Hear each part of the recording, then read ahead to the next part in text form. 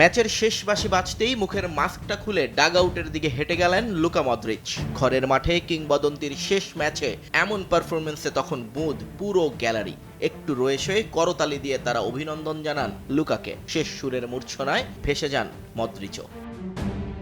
মাত্র 6 সপ্তাহ আগে অস্ত্রোপচার হয়েছিল ভাঙা চোয়ালে। এই বয়সে এমন চোট ক্যারিয়ারেরই ইতি টেনে দিতে পারত, কিন্তু মদ্রিচ অন্য ধাতুতে করা। ম্যাচের দ্বিতীয়ার্ধের শুরুতে ইভান পেরিসিচের পাস থেকে বল রিসিভ করে 20 গজ দূর থেকে গোলরক্ষক ওবলাককে পরাস্ত করা এক ট্রেডমার্ক ফিনিশ। চোখ ধাঁধানো গোলে লিড পায় ক্রোয়াটরা। গ্যালারিতে উৎসবের আমেজ, আর বিশ্বকাপের প্রতিপক্ষ ইংল্যান্ড শিবিরে আগাম সতর্কবার্তা।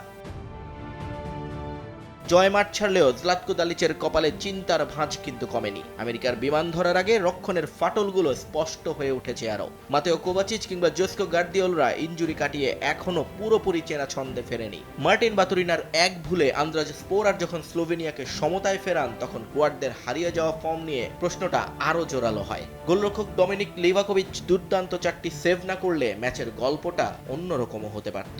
ফোটানোর ঝামেলা ছাড়াই নিরাপদ পানির জন্য ঘরে আনুন পিওরিট। কল করুন 16627। একদম শেষ মুহূর্তে অবশ্য সব সংশয় দূর করেন মারিও পাসালিচ। তার বুলেট গতির ভলিতে স্লোভেনিয়ার জাল কাঁপলে 2-1 গোলের স্বস্তির জয় নিশ্চিত হয় ক্রোয়েশিয়ার। ঘানা আর পানামার বিপক্ষে লড়াইয়ের আগে এই জয় দলটার আত্মবিশ্বাস বাড়াবে নিশ্চিত। সমালোচকরা যতই ক্রোয়াটদের বুড়োদের দল বলে খোঁচা দিক না কেন, কোচ দালিচ ভরসা রাখছেন নিজের কৌশলে। আর যতদিন মাঠে আছেন লুকা মদ্রিচ, ততদিন ক্রোয়েশিয়াকে সমীহ না করে উপায় নেই কোনো প্রতিপক্ষের। 17 জুন ডালাসে ইংল্যান্ডের বিপক্ষে ম্যাচ দিয়ে শুরু হবে ক্রোয়েশিয়ার বিশ্বকাপ মিশন। নিয়ন মুহাইমিন, সময় সংবাদ।